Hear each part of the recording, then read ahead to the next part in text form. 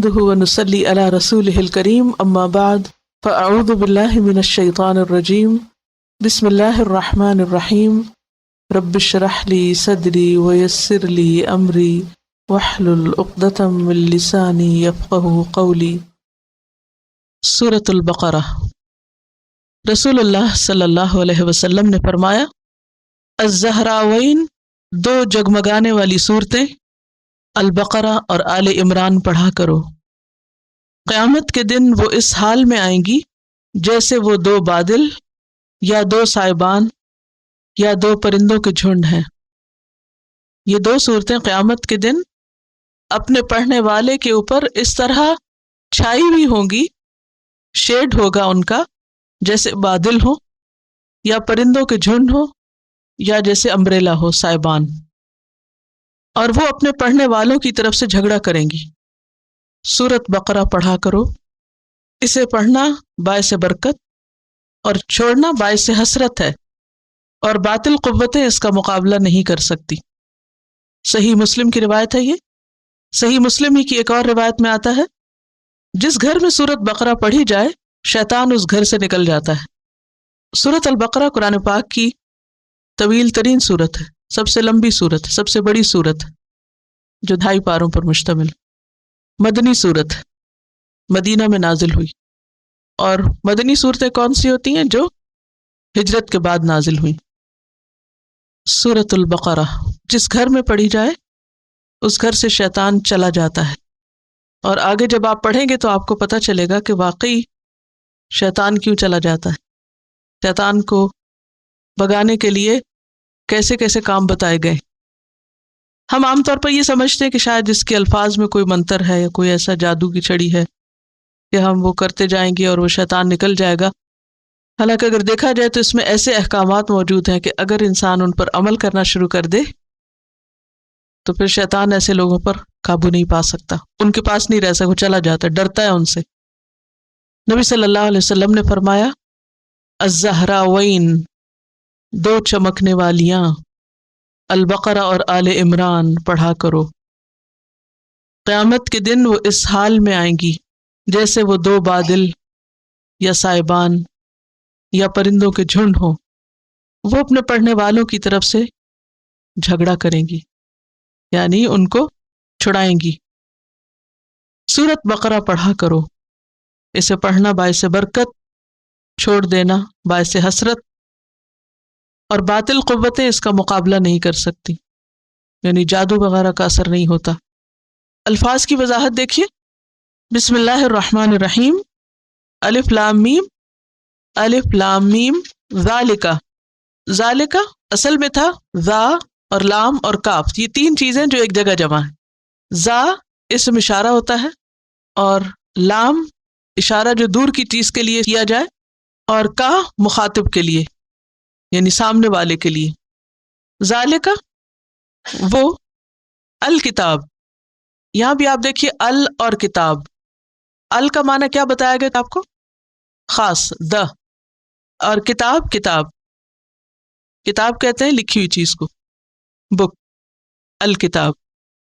لا نہیں، ریبہ کوئی شک، فی ہی، یہ اصل میں تھا فی اور ہی، فی اور ہی الگ الگ، فی کہتے ہیں میں، ان، اور ہی اس کے، فی ہی اس میں، یعنی اس کے اندر، ہدن ہدایت، للمتقین متقین کے لیے۔ یہاں آپ دیکھیے کہ ایک ہے لام اور ایک ہے متقین، للمتقین۔ لام کا مطلب ہوتا ہے کے لیے، پیچھے پڑھا آپ نے کہاں؟ للہ، اللہ کے لیے، تو یہاں کیا ہے؟ للمتقین، متقین کے لیے، اور متقین جمع ہے متقی کی، اور متقی کا لفظ نکلا ہے تقوی سے، اور روٹ ہے اس کا واو قاف یہ۔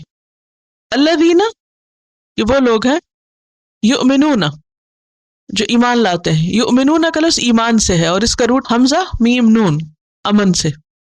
بالغیب، یہاں بھی آپ دیکھیے کہ ایک بے ہے اور ایک الغیب۔ بے کا کیا مطلب ہوتا ہے؟ کہاں پڑھا آپ نے؟ بسم اللہ۔ الغیب، غیب کا جو روٹ ہے وہ کیا ہے؟ غین یا با۔ بالغیب، غیب کے ساتھ، وا اور یقیمون، یقیمون کا روٹ کیا ہے؟ قاف واو میم. اس سے پہلے بھی کسی کا روٹ قاف واو میم پڑھا آپ نے؟ مستقیم. مستقیم کا کیا مطلب ہے؟ سیدھا، اسٹریٹ. اور یقیمون قائم کرتے ہیں، اور مراد اس سے سیدھا کر کے رکھتے ہیں، سیدھا کرتے ہیں. الصلاۃ صلاۃ، صلاۃ کا روٹ ہے صاد لام واو. وا اور مما، مما اصل میں تھا من اور ما. من ما، من کا مطلب ہوتا ہے سے، اور ما کا مطلب ہوتا ہے جو. تو من ما کا کیا مطلب بنا؟ سے جو، یعنی اس میں سے جو. پھر ہے رزقناہم، رزقناہم. اس میں آپ دیکھیے رزق، پہلے کیا ہے؟ را، پھر کیا ہے؟ زا، پھر قاف. را زا قاف کیا بنتا ہے؟ رزق. رزق کیا ہوتا ہے؟ پروویژن، جو انسانوں کو، حیوانوں کو اپنی زندگی کے لیے چاہیے ہوتی ہیں. رزق. نا کہاں پڑا ہے؟ اہدنا. ٹھیک ہے، یہ وہی نا ہے. نا کا مطلب ہے ہم. رزقنا، رزق دیا ہم نے. ہم ان کو. رزقناہم. ینفقون، ینفقون، ینفقون کا مطلب ہے خرچ کرتے ہیں. اب آپ دیکھیے اس کا روٹ نکالتے ہیں. ینفقون، نون، فا اور قاف. نفق، نفق کہتے ہیں سوراخ کو. ینفقون وہ خرچ کرتے ہیں، یعنی اپنی جیب میں سوراخ کرتے ہیں، نکالتے بھی ہیں اس کو. ینفقون. والذین، اور وہ لوگ. پیچھے پڑا الذین؟ کہاں پڑا؟ صراط الذین، دوبارہ آ گیا. یؤمنون، یؤمنون پہلے پڑھا، کیا پڑھا؟ یؤمنون بالغیب. اور اب یہ دوبارہ کیا ہے؟ یؤمنون بما. بما جو ہے اس کا آپ دیکھیے، بما، ایک ہے بی اور ایک ہے ما. بما. بے کا مطلب کیا ہوتا ہے؟ ساتھ. اور ما کا کیا مطلب ہے؟ جو. من ما سے جو، اور بی ما ساتھ جو. انزلہ نازل کیا گیا. اردو میں کبھی پڑھا آپ نے نازل ہونا؟ فلان نازل ہو گیا، کیا مطلب ہوتا ہے؟ آ گیا. انزلہ، اس کا آپ روٹ دیکھیے، نون زے لام، نزلہ اترنا. بما انزلہ، آگے کیا؟ الیکا. الیکا بھی اصل میں تھا الا اور کا. الا اور کا. الا کا مطلب ہوتا ہے تک، طرف، اور کا مخاطب کے لیے، تمہارے، آپ کے. اور الیکا کا کیا مطلب پڑھا آپ نے؟ آپ کی طرف. بما انزل الیکا. وما، وا کہاں پڑھا آپ نے پہلے؟ ولدالین. پیچھے سے جتنا ملا کے آپ پڑھیں گے بہت جلدی سیکھ جائیں گے. وا اور ماں کا کیا مطلب ہے؟ جو. وا ماں اور جو. اب آپ دیکھیے ماں کتنی دفعہ آ چکا ہے. من ماں، بی ماں، وا ماں. ٹھیک ہے. جو. انزلہ اگین اتارا گیا. من سے، پیچھے پڑا من، کہاں؟ مما. ٹھیک ہے. قبل کا، اس کا روٹ ہے قاف بے لام. اور کا کس کے لیے ہے؟ مخاطب کے لیے. الیکا کی طرح. قبل کا، ومن قبلک، وبالآخرتی. بے کا کیا مطلب ہے؟ ساتھ. اور آخرت کس سے ہے؟ آخر سے. آخر کس کو کہتے ہیں؟ آخری، لاسٹ، قیامت کا دن. بالآخرتی ہم وہ. یوقنون یقین رکھتے ہیں. اور یوقنون کا جو روٹ ہے وہ ہے یا قاف نون. یوقنون. اولئک، اولئک کا معنی ہوتا ہے یہی لوگ. علی، علی کا کیا مطلب ہے؟ اوپر. پیچھے پڑھا آپ نے، کہاں؟ علیہم. علی اور ہم تھا.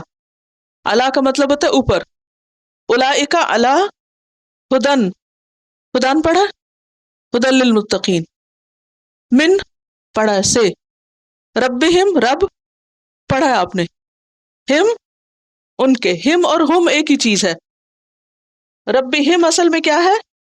رب اور ہم. وَأُولَئِکَ اور یہی لوگ ہم وہ المفلحون کس کی جمع ہے؟ المفلح کی. المفلح مفلح کا لفظ جو ہے فلاح سے ہے. مفلح فا لام ہا فا لام ہا. فلاح کہتے ہیں کامیابی اور مفلح کہتے ہیں کامیاب ہونے والے. ٹھیک ہے. تفسیر دیکھیے. بسم اللہ الرحمن الرحیم. الف لام میم حروف تہجی عربک الفابیٹس کے لیٹرز ہیں. الف جس سے الف با تا شروع ہوتا ہے اور انہی میں سے ایک ہے لام اور انہی میں سے ایک ہے میم. الف لام میم. ان کو لکھا اکٹھے جاتا ہے لیکن پڑھا الگ الگ جاتا ہے. چونکہ الگ الگ پڑھا جاتا ہے اس لیے ان کو حروف مقطعات بھی کہا جاتا ہے. مقطعات. اور مقطعات کا لفظ جو ہے یہ قطع کرنے سے. قطع کرنے کا کیا معنی ہوتا ہے؟ کاٹنا. کاٹ کے چیز کو کیا کیا جاتا ہے؟ الگ الگ کر دیا جاتا ہے. مثلاً آپ سبزی کاٹتے ہیں نا، کیا معنی ہوتا ہے کاٹنے کا؟ جی اس کے ٹکڑے ٹکڑے کر دیتے. تو یہ حروف لکھے اکٹھے جاتے ہیں اور پڑھے الگ الگ جاتے ہیں، توڑ توڑ کر پڑھے جاتے ہیں. اس لیے ان کو حروف مقطعات کہتے ہیں. یہ قرآن مجید کی کئی ایک صورتوں کے شروع میں آتے ہیں. کہا جاتا ہے کہ الف لام میم سے مراد ایک اس کا معنی بیان کیا گیا کہ یہ کسی چیز کا نام ہے، یا تو اللہ کا نام ہے، یہ کسی صورت کا نام ہے، یہ کسی اور چیز کا نام ہے. یعنی الف لام میم کیا ہے؟ یہ ایک رائے ہے، ایک اوپینین ہے. کیا؟ کہ یہ کسی چیز کا نام ہے. یعنی اگرچہ حروف ہیں الگ الگ پڑھے جاتے ہیں لیکن اس کے باوجود یہ جب الف لام میم لکھا جاتا ہے تو یہ اس کا ایک معنی ہے. اور معنی کیا ہے؟ یا تو اللہ کا نام ہے یا پھر یہ کسی صورت کا نام ہے. دوسرا اوپینین یہ ہے کہ اس کا کوئی معنی نہیں ہے. there is no meaning. یہ بس صرف لیٹرز ہیں الف لام میم. تیسرا یہ کہا جاتا ہے کہ معنی تو ہے لیکن ہمیں نہیں معلوم، اللہ کو معلوم ہے. اللہ عالم بمرادہ، اللہ کو پتہ ہے اس کا کیا معنی ہے الف لام میم کا. ایک اور معنی یہ بھی بتایا گیا کہ الف سے مراد اللہ ہے، لام سے مراد جبریل ہے اور میم سے مراد محمد ہے.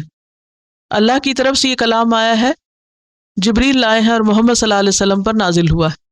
ایک معنی یہ بھی کیا جاتا ہے. چوتھی رائے یہ ہے کہ اس کے بارے میں خاموشی اختیار کر لی جائے، نہ یہ کہا جائے کہ کوئی معنی ہے اور نہ یہ کہا جائے کہ کوئی معنی نہیں ہے. الف لام میم بس الف لام میم، کچھ بھی نہیں کہا جائے. لیکن یہ کیسے ہو سکتا ہے کہ ایک چیز قرآن مجید میں موجود ہو اور اس کے بارے میں کچھ بھی نہ کہا جائے؟ یہ سارے اوپینین سمجھ آ گئے. اور اس کے علاوہ بھی کچھ اور باتیں کہی گئی ہیں جن کی تفصیل اس وقت ضروری نہیں، اتنی ہی بات کافی. لیکن جو سب سے راجح کا مطلب ہوتا ہے سب سے زیادہ جس کو ہم پریفر کر سکتے ہیں، وہ رائے امام ابن تیمیہ تا یا میم یا ہا تئی می یا کی رائے ہے. اور وہ رائے یہ ہے کہ ان حروف کو صورتوں سے پہلے لانے کا مطلب یہ ہے کہ عربوں کو اس کلام سے عاجز کیا جائے، حیران کیا جائے کہ دیکھو کہ وہ قرآن جو حروف سے مل کر بنا ہے تم اس کے مقابلے میں کچھ بھی نہیں لا سکے. تو یہ اشارہ ہے قرآن کے معجزہ ہونے پر. الف لام میم حروف ہیں اور قرآن مجید انہی حروف پر مشتمل ہے. قرآن مجید ایسا کلام ہے کہ جس کے مقابل کوئی انسان کلام لا ہی نہیں سکا. اور یہ چیلنج اس وقت کیا گیا تھا فَلْيَأْتُوا بِحَدِيثٍ مِثْلِهِ إِن كَانُوا صَادِقِينَ. انہیں چاہیے کہ کوئی بات اس جیسی لا کے تو دکھائیں اگر وہ سچے ہیں کہ یہ کسی انسان کا لکھا ہوا ہے. تو بنیادی طور پر ان حروف کے شروع میں لانے کی حکمت یہ ہے کہ جو سننے والا ہے اس کی توجہ سننے کی طرف مبذول کرائی جائے. جیسے الف لام میم، تو جب اصل کلام سے پہلے یہ حروف آتے ہیں تو جو سننے والا ہے وہ الرٹ ہو جاتا ہے. یعنی سامع کو الرٹ کرنے کے لیے یہ حروف آئے ہیں، اور یہ قرآن حروف کا مجموعہ ہے، حروف پر مشتمل ہے۔ ان حروف سے مل کر الفاظ بنے ہیں، اور الفاظ پھر آیات، اور آیات سے مل کر پورا قرآن مجید۔ لیکن اس جیسا کلام کوئی اور لا نہیں سکا، تو یہ حروف قرآن مجید کے معجزہ ہونے کی دلیل ہے۔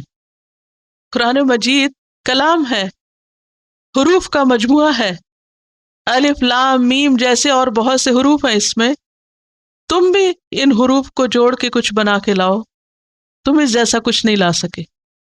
ذالک، ذا جو ہے اسم اشارہ کے لیے، اور لام جو ہے دور کے لیے، ذالی، اور کا مخاطب کے لیے۔ ذالکہ کا لفظی معنی ہوتا ہے وہ۔ عربی زبان کا ایک اسلوب یہ ہے کہ جب کسی چیز کی بلندی اور عظمت کا اظہار کرنا ہو تو اشارہ قریب سے نہیں بعید سے کیا جاتا ہے۔ جب کسی چیز کی بلندی کی طرف اشارہ کرنا ہو تو یہ نہیں کہتے، وہ کہتے ہیں۔ یہ اسی طرح جیسے ہم اردو میں تم کی جگہ آپ کہتے ہیں۔ کیوں کہتے ہیں؟ آپ کیوں کہتے ہیں؟ ادب کے لیے، احترام کے لیے۔ انگریزی میں کوئی ایسی چیز نہیں ہے۔ بعید کا لفظ ہے جس کا معنی ہے دور کی چیز، اور قریب جو ہے قریب کی چیز۔ تو اسم اشارہ بعید جو ٹیکنیکل لفظ ہے ذالکہ کو کہنے کے لیے، وہ کیا ہے؟ اسم اشارہ بعید۔ تو عربوں کے ہاں جب کسی چیز کی اہمیت جتانا مقصود ہوتا تو وہ سامنے رکھی ہوئی چیز کو یہ نہیں کہتے تھے، کیا کہتے تھے؟ وہ۔ کیوں؟ اہمیت دینے، رسپیکٹ، بلندی، بلند مقام دینے کے لیے۔ تو ذالک الکتاب، وہ یہ کتاب جو آپ کے سامنے ہے اس وقت، یہ وہ کتاب ہے لا ریب فیہ، جس میں کوئی شک نہیں۔ یہ تو ہے ایک بات۔ دوسری بات یہ ہے کہ یہ کتاب جو اس وقت ہمارے سامنے ہے، اس کی اصل لوح محفوظ میں ہے۔ اصل کہاں ہے؟ لوح محفوظ میں۔ لوح محفوظ کہاں ہے؟ دنیا میں کہیں رکھی ہوئی ہے؟ نہیں، بلند مقام پر ہے۔ تو اس میں یہ کتاب ہے۔ بل ہوا قرآن مجید فی لوح محفوظ، یہ قرآن مجید کہاں محفوظ ہے؟ لوح محفوظ میں۔ یہ سورۃ البروج کی آیت ہے 21 اور 22۔ اسی طرح یہ قرآن مجید فرشتوں کے پاس بھی ہے۔ اوریجنل کاپی کہاں ہے؟ لوح محفوظ میں۔ سیکنڈ کاپی کہاں ہے؟ فرشتوں کے پاس۔ اور اس کے بارے میں بھی سورۃ عبسہ میں آتا ہے، فی صحف مکرمۃ مرفوعۃ مطہرۃ بأیدی سفرۃ کرام بررہ۔ بأیدی ہاتھوں میں ہے، سفرہ کاتبوں کے، لکھنے والوں کے۔ کون ہے؟ کرامن معزز، بررہ بہت نیک، نیک معزز فرشتوں کے ہاتھوں میں ہے یہ صحیفے، یعنی قرآن مجید۔ یہ سورۃ عبسہ کی آیت ہے 13 سے 16 تک، ٹھیک ہے۔ اور اس کی تیسری کاپی کہاں ہے؟ ہمارے سامنے، ٹھیک ہے۔ تو ذالک الکتاب، الکتاب یہ وہ کتاب ہے۔ کتاب عربی میں کہتے ہیں لکھی ہوئی چیز کو، لکھی ہوئی چیز کتاب۔ کتاب کے لیے لفظ صحیفہ بھی استعمال ہوتا ہے، لیکن صحیفہ جو اسکرول کے لیے ہوتا ہے، پھیلی ہوئی چیز کے لیے آتا ہے، اور پھر اس کو دوسری طرح سے لپیٹ لیتے ہیں۔ عموماً اسکرولز کو کس طرح محفوظ کرتے ہیں؟ جلد نہیں بناتے، رول کر لیتے ہیں۔ تو یہ الکتاب، اور ال کس کے لیے آتا ہے؟ خاص کے لیے، یہ کتاب وہ ہے، وہ خاص کتاب ہے، یعنی قرآن مجید، لا نہیں، ریبہ کوئی شک، اس میں کوئی شک نہیں۔ شک عربی زبان کا لفظ ہے، لیکن یہاں شک کی بجائے ریب کا لفظ استعمال ہوا ہے۔ شک کی بجائے کیا آیا ہے؟ ریب۔ دونوں میں فرق ہے، ریب اور شک میں فرق ہے۔ ریب کہتے ہیں ایسا شک جو انسان کو بے چین کر دے، وہ شک جو سکون چھین لے. تو لا ریب فیہ کا کیا مطلب ہے؟ اس میں کوئی شک نہیں، یعنی تم اس پر پورا اعتماد کر سکتے ہو. اس کو پڑھتے جاؤ گے، دل میں اترتا جائے گا، ہڈن سوالوں کے جواب ملیں گے، اور ایسی چیزوں کو مطمئن کرے گا کہ جن کے بارے میں کوئی انسان مطمئن نہیں کر سکتا. تو لا ریب فیہ، اس میں، کس میں؟ قرآن مجید میں کوئی شک نہیں کہ یہ اللہ کی طرف سے ہے اور بالکل سچی کتاب ہے. اس لیے آئی ہے یہ کتاب ہدن، رہنمائی کے لیے، گائیڈ کرنے کے لیے، راہ دکھانے کے لیے. کس کو؟ للمتقین، متقین کو. متقین کون ہے؟ تقوی والے. متقی کی جمع. تقوی کیا ہوتا ہے؟ پرہیزگاری. وہ کیا ہوتا ہے؟ پرہیزگاری، پرہیز کرنا. پرہیز کس کو کہتے ہیں؟ بچنا، کسی چیز سے بچنا. تو تقوی کا معنی بچنا بھی ہوتا ہے، مگر کس چیز سے بچنا؟ گناہوں سے بچنا. تقوی کا معنی ڈرنا بھی ہوتا ہے. کس سے ڈرنا؟ اللہ سے ڈرنا. تو ہر اس چیز سے بچنا جو گناہ کی طرف لے جائے، اللہ کے عذاب سے ڈرتے ہوئے، یعنی اللہ کے عذاب سے ڈرتے ہوئے گناہوں سے بچنا، یہ تقوی ہوتا ہے. اب یہاں یہ کہا جا رہا ہے کہ ہدایت ان کو ملے گی جن کے اندر تقوی ہوگا. اور ایک اور جگہ پر آتا ہے ہدی للناس، یہ کتاب ہدایت ہے سارے انسانوں کے لیے. تو دونوں میں کنٹرڈکشن نہیں. کبھی کہا گیا کہ ہدایت ہے انسانوں کے لیے اور کبھی کہا گیا ہدایت ہے متقین کے لیے. وائی؟ کیوں نہیں کنٹرڈکشن؟ اگر سب انسانوں کے لیے تو متقی کیوں حاصل کرتے ہیں؟ سب کیوں نہیں حاصل کرتے؟ یہ صرف سوچنے کے لیے آپ کو سوال کر رہی ہوں تاکہ آپ خود غور و فکر کریں. اب آپ کو ہدایت کا معنی دہرانا ہوگا. اپنے نوٹس چیک کیجئے کیا معنی پڑا تھا ہدایت کا. رہنمائی کرنا، شفقت اور محبت کے ساتھ راہ دکھانا. کتنی قسم کی ہوتی ہے ہدایت؟ علمی اور عملی. ہدی للناس، علمی رہنمائی تو سب کے لیے ہے، علم تو سب کو دے گی، جو بھی اٹھائے گا پڑھے گا اسے نالج مل جائے گا. لیکن ہدایت کی جو دوسری قسم ہے، ہدایت عملی، وہ کس کے لیے ہے؟ متقین کے لیے. تقوی کے بھی درجے ہوتے ہیں، تقوی کے بھی لیولز ہیں. کچھ لوگوں کے اندر تقوی تھوڑا ہوتا ہے اور کچھ کے اندر بہت تقوی ہوتا ہے. کچھ کے اندر عمر جیسا تقوی ہوتا ہے اور کچھ کے اندر کم درجے کا تقوی ہوتا ہے. تو ہدایت کس درجے کی کس کو ملتی ہے؟ جس کے اندر جس درجے کا تقوی ہوتا ہے. عام طور پر لوگ کہتے ہیں نا، اتنا قرآن پڑھتے ہیں لوگ لیکن ان کا عمل نہیں بدلتا. دیکھے ہیں ہم نے قرآن پڑھنے والے، دیکھے ہم نے حافظ، دیکھے ہیں ایسے اور ویسے. بولتے رہتے ہیں، یعنی کبھی نہیں سنا یہ لفظ. مجھے تو بہت سننے کو ملتا ہے. ایسا کیوں ہوتا ہے؟ تقوی نہیں ہوتا. ان کے پاس ہدایت علمی تو ہوتی ہے، ہدایت عملی نہیں ہوتی. اس کے لیے میں نے دو اور ٹرمز بھی یوز کی تھی، اگر آپ ان کو دہرا لیں تو آپ کو فائدہ ہوگا. ارشاد اور توفیق. ارشاد کیا ہے؟ نالج، رشد، رہنمائی. اور توفیق کیا ہے؟ کسی چیز کو کر لینے کی صلاحیت. تو ہدی للمتقین، ہدایت ہے متقین کے لیے.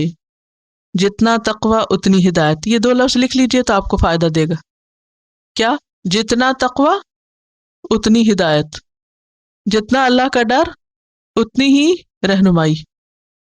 تو ہم پھر اللہ کو بلیم نہیں کر سکتے، قرآن کو بلیم نہیں کر سکتے.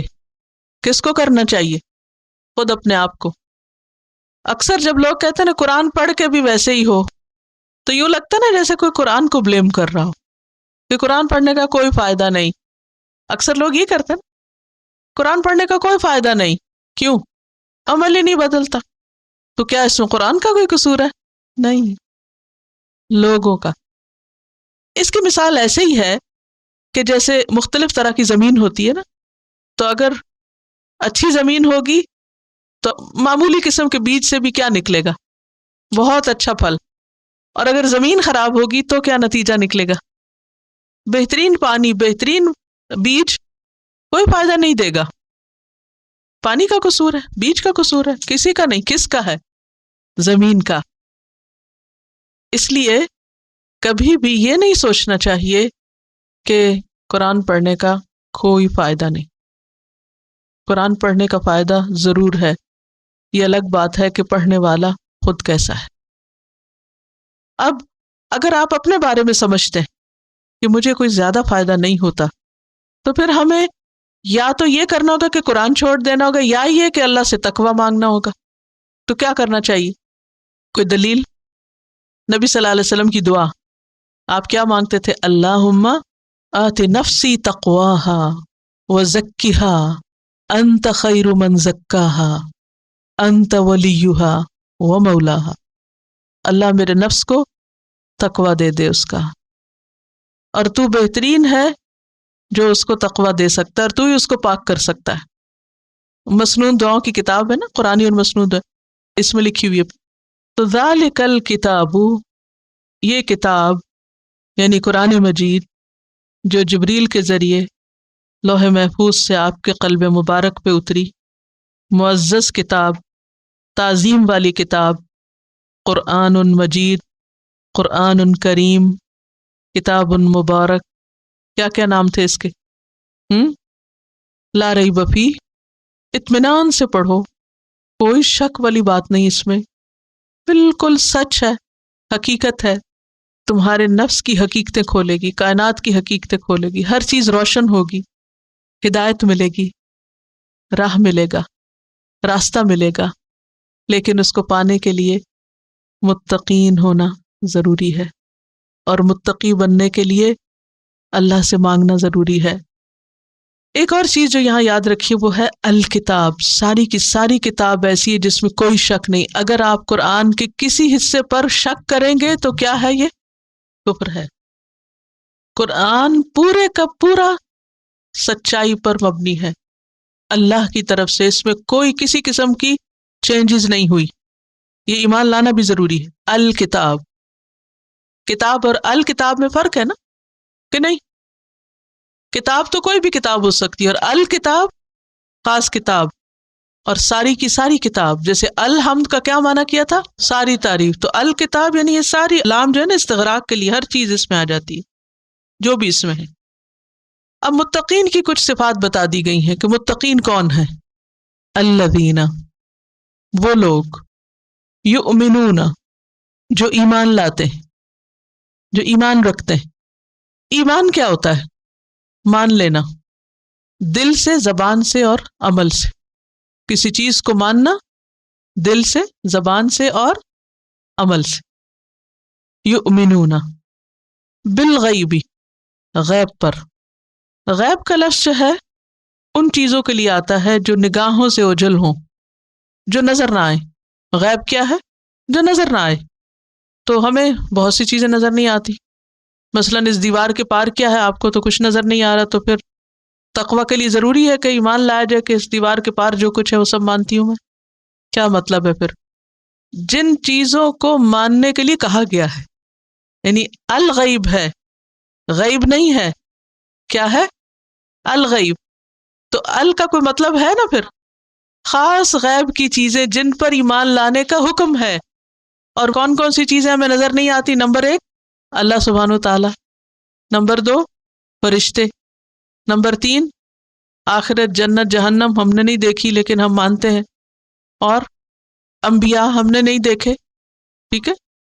تو یؤمنون بالغیب، جو ایمان لاتے ہیں غیب پر، وہ متقی ہوتے. اچھا، غیب کا اپوزٹ کیا ہوتا ہے؟ حاضر. اگر یہ کہا جائے وہ حاضر پر ایمان لاتے ہیں تو اس میں کوئی کمال کی بات ہے؟ مثلا آپ یہ قلم دیکھ رہے ہیں، اگر کوئی کہے میں اس قلم پر ایمان لاتی ہوں، اس میں کیا کمال ہے؟ سب کو نظر آ رہا ہے، سب دیکھ رہے ہیں. کمال کس میں ہے؟ کہ جو نظر نہیں آ رہا اور ہمارے خالق نے کہا اس پر ایمان لاؤ، اور ہم کہیں ہم مانتے ہیں. آپ نے کہہ دیا، ہم نے مان لیا، سمعنا و اطعنا. ورنہ دیکھ کے ماننا تو ماننا نہیں، دیکھ کے کون مانا تھا؟ فرعون مانا تھا دیکھ کے. اس نے جب دیکھا کہ موت کے وقت وہ فرشتے نظر آئے ہوں گے، اس وقت کہا جب ڈوبنے لگا کہ میں رب موسیٰ پہ ایمان لاتا ہوں، تو اس وقت کیا کہا گیا؟ اب ایمان لائے، اب تو ایمان لانے کا فائدہ ہی کچھ نہیں، اب تو ایمان لانے کا وقت نہیں، وہ تو ہو گیا، گزر گیا. تو تقویٰ کی پہلی علامت کیا ہے؟ اللہ سے ڈرنے کی پہلی علامت کیا ہے؟ غیب پر ایمان. اور غیب کیا ہے؟ الغیب، جس پر اللہ نے ایمان لانے کو کہا، اور جس پر اس نے ایمان لانے کو نہیں کہا اس کو مانے یا نہ مانے کوئی بات نہیں. مثلا اگر آپ نے کوئی چیز اپنی آنکھوں سے نہیں دیکھی اور کوئی آپ کو بتاتا ہے، مثلا کوئی آپ کو بتاتا ہے کہ جناب سمندر کی تہہ میں فلاں اور فلاں جانور پایا جاتا ہے، آپ کہیں میں نہیں مانتا، تو آپ کے کوئی ایمان میں خلل ہو جائے گا. کیوں خلل نہیں ہو؟ کیونکہ اللہ نے آپ کو نہیں کہا کہ آپ ضرور مانے کہ سمندر کی تہہ میں کوئی جانور ہیں یا نہیں. آپ نے پڑھا ہوگا کہ آگ کے اندر بھی لائف ہے، اب آپ کہ میں نہیں مانتی تو بے شک نہ مانے، کوئی فرق نہیں پڑتا، ایمان میں کوئی خلل نہیں آتا. تو ایمان بالغیب کا مطلب کیا ہے؟ ان حقیقتوں کو ماننا جن کو ماننے کے لیے کہا گیا ہے، دل سے بھی یقین، زبان سے اقرار. کیا کہنا چاہیے؟ آمنت باللہ، کہ میں اللہ پر ایمان لائے، وملائکتی، اور اس کے فرشتوں پر، وکتبی، اور اس کی کتابوں پر، ورسلی، اور اس کے رسولوں پر، والیوم الآخری، اور آخرت کے دن پر، والقدر خیرہ وشرہ، اچھی بری تقدیر پر، من اللہ تعالیٰ کے اللہ کی طرف سے ہے، والبعث بعد الموت، اور موت کے بعد دوبارہ جی اٹھنے پر، اور عمل سے اس کی تصدیق. متقین کی دوسری صفت وَيُقِيمُونَ الصَّلَاةَ، اور وہ نماز قائم کرتے ہیں. یقیمون، اقام یقیم، اقامت کا مطلب ہوتا ہے سیدھا کرنا. عربی زبان میں جب لکڑی کو بالکل اسٹریٹ کر دیا جاتا ہے، کاٹ کے چھیل کے اس کو اسموتھ کر دیا جاتا ہے، تو اس کے لیے لفظ ہوتا ہے اقام العود کہتے ہیں، یعنی کہ لکڑی کو سیدھا کر دیا. تو کسی بھی چیز کو جب سیدھا کر دیا جائے، ٹھیک ٹھاک کر دیا جائے، تو اسے کہتے ہیں اقامت. بازار میں جب خوب رونق ہو جاتی ہے تو عربی میں کہتے ہیں اقام السوق، کہ بازار سیدھا ہو گیا، یعنی کام چل پڑا، شروع ہو گیا، بازار گرم ہو گیا. تو یقیمون کا مطلب ہے وہ قائم کرتے ہیں. قائم کرنے کا مطلب یہ نہیں کہ کوئی نماز لیٹی ہوئی تھی تو اس کو اٹھا کے سیدھا کھڑا کر دیا ہے. اس کا مطلب یہ ہے کہ نماز کے لیے جو شرائط ہیں، ارکان ہیں، ان کو پورا کرتے ہیں. نماز قائم کرنے کا مطلب کیا ہے؟ نماز کو ان کی شرائط اور ارکان کے ساتھ ادا کرتے ہیں. وہ کیا ہے؟ نماز کی شرائط کیا ہے؟ ارکان کیا ہے؟ سب سے پہلے تو وقت کی پابندی، اور قبلہ کی طرف رخ کرنا، اور طہارت، نیت. اگر نیت کے بغیر آپ سب کر رہے ہیں تو اس کا فائدہ نہیں. اور طریقہ درست ہونا، جس طریقے سے آپ صلی اللہ علیہ وسلم نے اس کو پڑھا ہے اسی طرح پڑھنا. ایک مرتبہ نبی صلی اللہ علیہ وسلم مسجد میں تھے تو ایک شخص نماز پڑھ کے جلدی سے تو آپ کے پاس آیا اور اس نے آ کے آپ کو سلام کیا. تو آپ نے فرمایا ارجع فصلی فإنک لم تصلی، جاؤ نماز پڑھو اس لیے کہ تم نے نماز پڑھی نہیں. وہ دوبارہ گیا اور اسی طرح جلدی جلدی کر کے واپس آ گیا، آ کے سلام کیا. آپ نے فرمایا ارجع فصلی فإنک لم تصلی، جاؤ نماز پڑھو تم نے نماز نہیں پڑھی. پھر وہ پڑھا کے آ گیا. آپ نے پھر فرمایا ارجع فإنک لم تصلی، تم نے نماز نہیں پڑھی. اس نے پھر کہا کہ آپ مجھے بتا دیجیے کہ کیسے پڑھنی.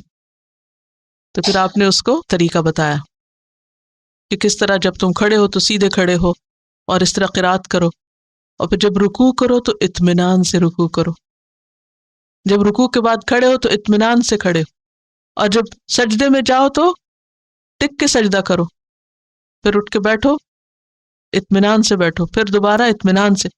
تو یہ جو اطمینان سے نماز پڑھنا ہے، جس کو تعدیل بھی کہتے ہیں، یہ کیا ہے؟ نماز کا رکن ہے. اس شخص نے قیام بھی کیا تھا، رکوع بھی کیا تھا، سجدہ بھی کیا تھا، وہ سب کچھ پڑھا تھا جو پڑھنا چاہیے تھا، لیکن اس کے باوجود کیا کہا گیا؟ تم نے پڑھا ہی کچھ نہیں، تمہاری نماز نہیں ہوئی۔ ہم میں سے بہت سے لوگ نماز پڑھتے ہیں لیکن کیسے پڑھتے ہیں؟ رکوع میں جاتے ہی ہیں، ابھی ٹکتے نہیں تو کھڑے بھی ہو جاتے ہیں، اور ابھی کھڑے ہوتے نہیں کہ آدھے سے ہی نیچے چلے جاتے ہیں، اور ابھی سر لگتا ہی ہے کہ اٹھ کے بھی بیٹھ جاتے ہیں، اور ابھی بیٹھتے ہی ہیں کہ پھر ہلتے ہوئے واپس پلٹ جاتے ہیں۔ یہ چیز نماز کے ادب کے خلاف ہے۔ ہم سب کو یقیمون الصلاۃ میں اگر ایک بات یاد رہ جائے، اور وہ کیا ہے؟ اطمئنان، سکون سے نماز پڑھنا۔ ایک کتاب ہے نماز نبی، کیسٹس بھی اس کی موجود ہیں، اگر آپ یقیمون الصلاۃ کے اوپر عمل کرنا چاہیں تو وہ بہت فائدہ مند کتاب ہے آپ کے لیے۔ وَيُقِيمُونَ الصَّلَاةَ، اور وہ نماز قائم کرتے۔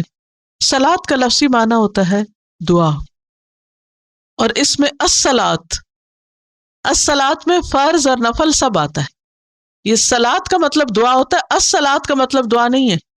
الصلاۃ کا مطلب خاص طریقے پر ادا کی ہوئی صلاۃ، کیونکہ بعض لوگوں نے اس کا معنی کیا لیا، جی صلاۃ کا مطلب ہے دعا کرنا، بیٹھے بیٹھے جہاں دل چاہے دعا کر لو، بس ہو گئی نماز۔ تو یہ نہیں ہے مراد الصلاۃ سے۔ الصلاۃ سے کیا مراد ہے؟ خاص طریقے پر اللہ کی عبادت کرنا، جو نبی صلی اللہ علیہ وسلم نے ہمیں کر کے بتائی۔ وَيُقِيمُونَ الصَّلَاةَ، جو اللہ سے ڈرتے ہیں ان کے عمل میں کیا ہوتا ہے؟ وہ نماز کی پابندی کرتے ہیں، وہ صحیح طریقے سے پڑھتے ہیں، خشوع و خضوع سے پڑھتے ہیں۔ وَمِمَّا رَزَقْنَاهُمْ يُنْفِقُونَ، وَمِنْمَا، اور اس میں سے جو رزقناہم، رزق دیا ہم نے ان کو۔ رزق ہر نفع مند چیز کو کہتے ہیں۔ رزق کیا ہے؟ ہر فائدہ مند چیز۔ جو فائدہ مند چیزیں ہم نے ان کو دی ہیں وہ کیا کرتے ہیں؟ ینفقون، صرف خود نہیں اپنے اوپر خرچ کرتے بلکہ اسے آگے بھی دیتے، اسے رکھ نہیں لیتے، خرچ کرتے۔ ینفقون، انفاق سے۔ ینفقون کا لفظ جو ہے نون فے قاف سے ہے۔ انفق ینفق انفاق، نفق کہتے ہیں سوراخ کو، انفاق کہتے ہیں سوراخ کرنا۔ تو ینفقون یعنی جو ہم نے ان کو دیا ہے اس کو وہ آگے بھی دیتے ہیں، خرچ کرتے ہیں۔ اور خرچ کرنے میں مال بھی ہے اور دیگر چیزیں بھی۔ اگر یہاں صرف مال بھی مراد لیا جائے تو اس سے مراد زکوٰۃ، صدقات، سب چیزیں اور نفقات۔ 3 لفظ لکھ لیں گے، زکوٰۃ، صدقات، نفقات۔ یہ آپ دیکھیں 3 لفظ، زکوٰۃ واجبہ، صدقات مستحبہ اور نفقات لازمہ، یہ ینفقون میں آتا ہے۔ زکوٰۃ واجبہ کا کیا مطلب ہے؟ فرض کی ادائیگی۔ اگر کسی کے پاس 1 سال تک اتنا مال ہو جس پہ زکوٰۃ آتی ہو تو وہ 2.5% کے اعتبار سے اس کو سال کے آخر میں اپنے مال میں سے لازمی نکالے گا، دیٹ از زکوٰۃ۔ اور صدقات مستحبہ کا کیا مطلب ہے؟ اپنے پسند، شوق، خوشی سے فی سبیل اللہ جب جتنا چاہے دے۔ اور نفقات لازمہ کیا ہے؟ کہ جہاں اللہ نے خرچ کرنا لازم کر دیا وہاں خرچ کرے، جیسے بیوی بچوں کا نان نفقہ لازم ہے، یہ بھی دین کا حصہ ہے تو اس کو بھی خرچ کرتے ہیں، ٹھیک ہے۔ زکوٰۃ واجبہ، صدقات مستحبہ یعنی اپنی محبت سے، پسند سے، اور نفقات لازمہ، لازمی خرچ کرنا جہاں ضروری ہے، خواہ وہ زکوٰۃ نہیں، وہ صدقہ نہیں، وہ کیا ہے؟ ذمہ ہے آپ کے، آپ کو یو ہیو ٹو ڈو۔ لیکن یاد رکھیے کہ انفاق کی شرائط ہیں۔ نمبر 1، اسراف نہ ہو۔ اسراف کیا ہے؟ ضرورت سے زائد نہ ہو خرچ کرنا۔ نمبر 2، بخل نہ ہو۔ بخل کیا ہے؟ جہاں کرنا چاہیے وہاں نہ کرنا۔ اور نمبر 3، اقتصاد ہو، کہ جو جتنا کرنا چاہیے وہ انسان کرے، نہ اسراف نہ بخل بلکہ کیا؟ اقتصاد۔ اقتصاد، اعتدال کے ساتھ خرچ کرنا۔ حدیث میں آتا ہے ما نقصت صدقۃ من مال، صدقہ کرنے سے مال کم نہیں ہوتا، جتنا خرچ کرتے جاؤ گے اللہ تعالیٰ اور ڈالتا جائے گا اور دے گا۔ تو متقی انسان کون ہوتا ہے؟ جو ایمان رکھتا ہے، جو نماز ادا کرتا ہے، جو مال خرچ کرتا ہے۔ اور رزق میں چونکہ ہر فائدہ مند چیز ہے تو اس میں علم بھی پھر آ جاتا ہے، اور باقی چیزیں بھی، جو بھی انسان کے پاس وقت ہے، کوئی آپ کے پاس ٹیلنٹ ہے، کوئی اللہ نے آپ کو خاص قسم کا کوئی صلاحیت دی ہے، تو ان سب سے وہ بہترین کام لیتا ہے۔ ایسا شخص قرآن سے حقیقی معنوں میں رہنمائی پاتا ہے، کیونکہ اس کو پھر ضرورت محسوس ہوتی ہے کہ قرآن مجھے کیا بتاتا ہے، کیونکہ اللہ کے علاوہ کوئی نہیں جو اپنی مخلوق کو سمجھے اور اس کی صحیح طور پر رہنمائی کر سکے۔ آپ اگر اپنے ٹیکسٹ کو سامنے رکھ کے دیکھیے کہ کیا سمجھ میں آتا ہے۔ ذالک الکتاب لا ریب فیہ ھدی للمتقین الذین یؤمنون بالغیب ویقیمون الصلاۃ ومما رزقناہم ینفقون۔ تو اس سے پتہ یہ چلتا ہے کہ اگر ہم چاہتے ہیں کہ کتاب سے ہم کو فائدہ ہو تو کب ہوگا؟ جب یہ کام کریں گے۔ والذین، اور وہ لوگ، یؤمنون، جو ایمان لاتے ہیں، بما انزل الیک، جو آپ کی طرف نازل کیا گیا۔ نزلہ کا مطلب ہوتا ہے اوپر سے نیچے آنا، اترنا۔ جو آپ کی طرف اتارا گیا، آپ سے مراد یہاں کون ہے؟ محمد صلی اللہ علیہ وسلم۔ کیا اتارا گیا تھا آپ کی طرف؟ قرآن، اور قرآن کے علاوہ بھی جو کچھ اتارا گیا، کیونکہ وہی جو تھی وہ قرآن کی شکل میں بھی آتی تھی، اور قرآن کے علاوہ بھی آپ کو رہنمائی دی جاتی، جو احادیث وغیرہ کی شکل میں ہمیں ملتی۔ تو وہ لوگ جو ایمان لاتے ہیں ان تمام چیزوں پر جو آپ پر اتری تھی۔ وما انزل من قبلک، اور جو اتارا گیا آپ سے پہلے۔ کیا اتارا گیا تھا؟ تورات، زبور، انجیل، صحیفے۔ کس پر اتارے گئے تھے؟ پیغمبروں پر۔ وبالآخرۃ، اور آخرت پر۔ آخرت کا لفظ جو ہے یہ صفت ہے، الیوم الآخر، آخری دن، قیامت کا دن۔ وبالآخرۃ، اور آخر میں آنے والی۔ آخرت کا لفظی معنی کیا ہے؟ آخر میں آنے والی مراد ہے قیامت، البعث بعد الموت۔ ہم یوقنون، وہ یقین رکھتے ہیں۔ یقین کہتے ہیں شک و شبہ سے پاک پختہ علم، کسی بات کو ماننے کا آخری درجہ۔ اور یقین کا درجہ جو ہے نا، یہ علم سے بھی بڑھ کر ہے۔ آخرت پر وہ یقین رکھتے ہیں، انہیں کوئی شک ہی نہیں آخرت کے آنے میں، قیامت میں کوئی شک نہیں ان کو پتہ ہے کہ ان کا حساب ہونا ہے ایک دن۔ وبالآخرۃ ہم یوقنون، اولئک، یہی لوگ، علی ھدی، ہدایت پر ہیں۔ کون سی ہدایت یہاں؟ صرف علم؟ عمل بھی، کیونکہ ایمان بالغیب اور اقامت الصلاۃ اور انفاق فی سبیل اللہ، یہ سب کیا ہیں؟ عمل کی باتیں۔ اولئک علی ھدی من ربہم، اپنے رب کی طرف سے، ان کے رب کی طرف سے جو ہدایت یا روشنی یا رہنمائی ان کے پاس آئی ہے یا توفیق ان کو ملی، وہ اسی پر ہے۔ وَأُولَئِكَ، اور یہی لوگ، ہم وہ، المفلحون، وہ فلاح پانے والے ہیں۔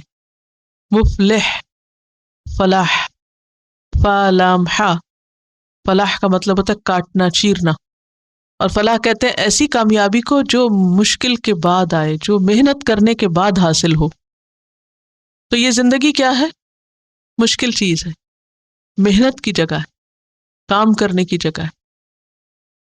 عربی زبان میں فلاح کسان کو بھی کہتے ہیں، فارمر۔ تو فارمر کیا کرتا ہے؟ محنت کرتا ہے یا نہیں؟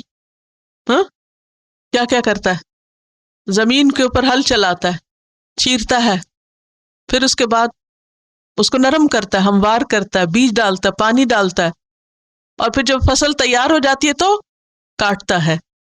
تو چیرنا شروع میں اور کاٹنا آخر میں۔ تو وہ ہے کامیاب ہونے والا، فلاح۔ تو مفلح کون ہے؟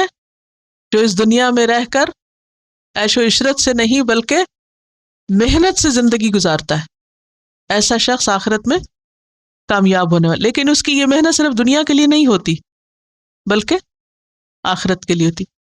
اب آپ دیکھیے، اگر سورۃ الفاتحہ کو ساتھ ملا کے دیکھیے کہ وہاں پر ہم نے سب سے پہلے اللہ سبحانہ وتعالیٰ کی تعریف کی، الحمدللہ، جو رب العالمین ہے، جو الرحمن الرحیم ہے، جو مالک یوم الدین ہے۔ وہاں بھی آغاز کی بات ہوئی، پھر اختتام کی بات ہوئی۔ پھر وہاں ہم نے کہا ایاک نعبد و ایاک نستعین، کہ تو اتنا بڑا ہے، ہم تیرے ہی آگے جھکتے ہیں، تیری عبادت کرنا چاہتے ہیں۔ عبادت کے لیے ہمیں اب راستہ چاہیے، اہدنا الصراط المستقیم۔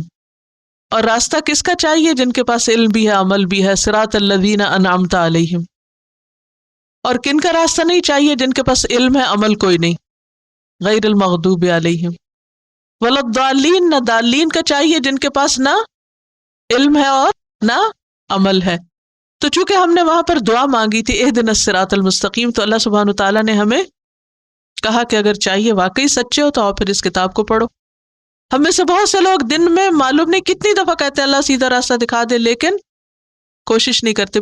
صرف دعا نہیں، دعا کے ساتھ کوشش شرط ہے، کیونکہ اگر کوئی شخص صرف دعا مانگتا رہتا ہے اور محنت نہیں کرتا تو بات نہیں بنتی۔ مثلا اگر کوئی شخص کہتا ہے کہ یا اللہ مجھے اولاد دے دے، تو اسے کیا کرنا پڑے گا؟ شادی کرنی پڑے گی۔ اگر کوئی کہے یا اللہ مجھے رزق دے، تو اسے کیا کرنا پڑے گا؟ کوئی جاب کرنی پڑے گی، کوئی کام کرنا ہوگا۔ تو کوئی بھی چیز آپ کو، یا اللہ مجھے فلاں ڈگری چاہیے، تو کیا کرنا ہوگا؟ وہ داخلہ لینا پڑے گا، پڑھنا ہوگا۔ ہمیں ہدایت چاہیے تو کیا کرنا ہوگا؟ قرآن پڑھنا ہوگا، کھولنا ہوگا، غور و فکر کرنا ہوگا۔ تو اللہ سبحانہ تعالیٰ سے جب ہم نے ہدایت مانگی تو صرف پھر مانگ کے بیٹھ نہیں گئے، بلکہ کیا کیا؟ اٹھے، قرآن کھولا، سیکھا، سمجھنے کی کوشش کی، نہیں سمجھ آیا ایسی جگہ گئے جہاں پر کوئی سمجھانے والا ہو، تاکہ ہم کو پتہ چلے کہ یہ زندگی کیا ہے اور اس کے بعد کیا ہوگا اور ہمیں کیا کر کے یہاں سے جانا ہے۔ تو اللہ سبحانہ تعالیٰ نے کیا فرمایا؟ ہدایت چاہیے تو یہ دنیا کی کتابوں میں نہیں ہے، اس کے لیے وہ کتاب چاہیے، بلند کتاب، کتاب عظیم، ذالک الکتاب۔ کیسی کتاب؟ لا ریب فیہ، ہر شک سے پاک ہے۔ دنیا میں کسی انسان کی بات حتمی بات نہیں، کوئی علم مکمل علم نہیں، کوئی عقل کامل عقل نہیں، ہر جگہ کمی ہے۔ دنیا میں کسی کے پاس پرفیکشن نہیں۔ انسان ایک بات کرتے ہیں پھر دوبارہ کچھ اور کہہ دیتے ہیں، آج ایک تھیوری آتی ہے، کل اس کا رد آ جاتا ہے۔ پھر اسی طرح لوگوں کے پاس آج کا علم ہے، ہسٹری الجھی ہوئی ہے، کوئی صحیح پکچر نہیں ہے۔ اس قدر اختلاف ہے پاسٹ کے بارے میں، فیوچر کل کا، آج کے بعد اگلے لمحے کا کسی کو نہیں پتا۔ تو ہمارا نالج بھی مختصر ہے، عقل بھی، عمر بھی، ہر چیز۔ لہٰذا انسان انسانوں کو ہدایت نہیں دے سکتے، ہدایت کے لیے سپریم ہستی چاہیے، اور وہ اللہ کی ذات ہے۔ اس نے ہماری ہدایت کا بندوبست کیا، ایسی کتاب بھیجی کہ جس میں کوئی شک ہی نہیں، 1400 سال سے کسی بھی قسم کی رد و بدل سے پاک ہے۔ لا یأتیہ الباطل من بین یدیہ ولا من خلفہ، اس میں باطل کا کوئی عمل دخل ہے ہی نہیں، اور یہ بالکل صاف ستھری اعلیٰ ترین کتاب ہے جس نے عربوں کو عاجز کر دیا۔ اس کے مقابل وہ کتاب نہیں لا سکے، آگے تفصیل آئے گی۔ ذالک الکتاب لا ریب فیہ، اطمینان سے کھولو اور پڑھو۔ لیکن ہدایت اس کو دے گی جس کے دل میں اللہ کا ڈر ہوگا، جو گناہوں سے بچنا چاہتا ہے، جو اللہ کی رضا چاہتا ہے، اور جتنی جس کی طلب ہوگی۔ تقویٰ جو ہے نا، وہ دل کی خاص حالت ہے، ایک خاص تڑپ اور طلب ہے، ڈر ہے، خوف ہے۔ لیکن عام خوف اور اس میں فرق ہے تقویٰ میں۔ تقویٰ ایسا ڈر کہ جس میں انسان گناہوں کو چھوڑنا چاہے اور اللہ کے عذاب سے بچنا چاہے۔ تقویٰ کا کیا معنی ہے؟ اللہ کے عذاب سے بچنے کی خواہش کہ اللہ مجھے جہنم سے بچنا ہے۔ ایسے شخص کے لیے پھر کیا ہے؟ کچھ کرنے کے کام ہے۔ الذین یؤمنون بالغیب، سب سے پہلے اپنے دل کو درست کرو، ایمان لاؤ، اللہ پر اعتماد کرو۔ ایمان بالغیب دراصل کیا ہے؟ اللہ پر اعتماد۔ وَيُقِيمُونَ الصَّلَاةَ، اٹھ کے کچھ کام کرو، تھیوری اینڈ پریکٹس، کچھ عمل کر کے دکھاؤ۔ اٹھو، کھڑے ہو، خاص طریقے پر اللہ کی عبادت کرو، رکوع کرو، سجدہ کرو، اور آداب اور شرائط کے ساتھ پابندی کرو۔ یقیمون الصلاۃ، وَمِمَّا رَزَقْنَاهُمْ يُنْفِقُونَ، اور لوگوں کے ساتھ معاملہ درست رکھو۔ ایمان دل کی حالت ہے، نماز ذاتی عبادت ہے، اور مال خرچ کرنا حقوق العباد کی ادائیگی ہے، انسانوں کے ساتھ اچھا سلوک کرنا ہے، اور مال خرچ کرنے میں اپنی ذات پہ بھی خرچ کرنا، بندوں پہ خرچ کرنا، اور اللہ کی خاطر خرچ کرنا۔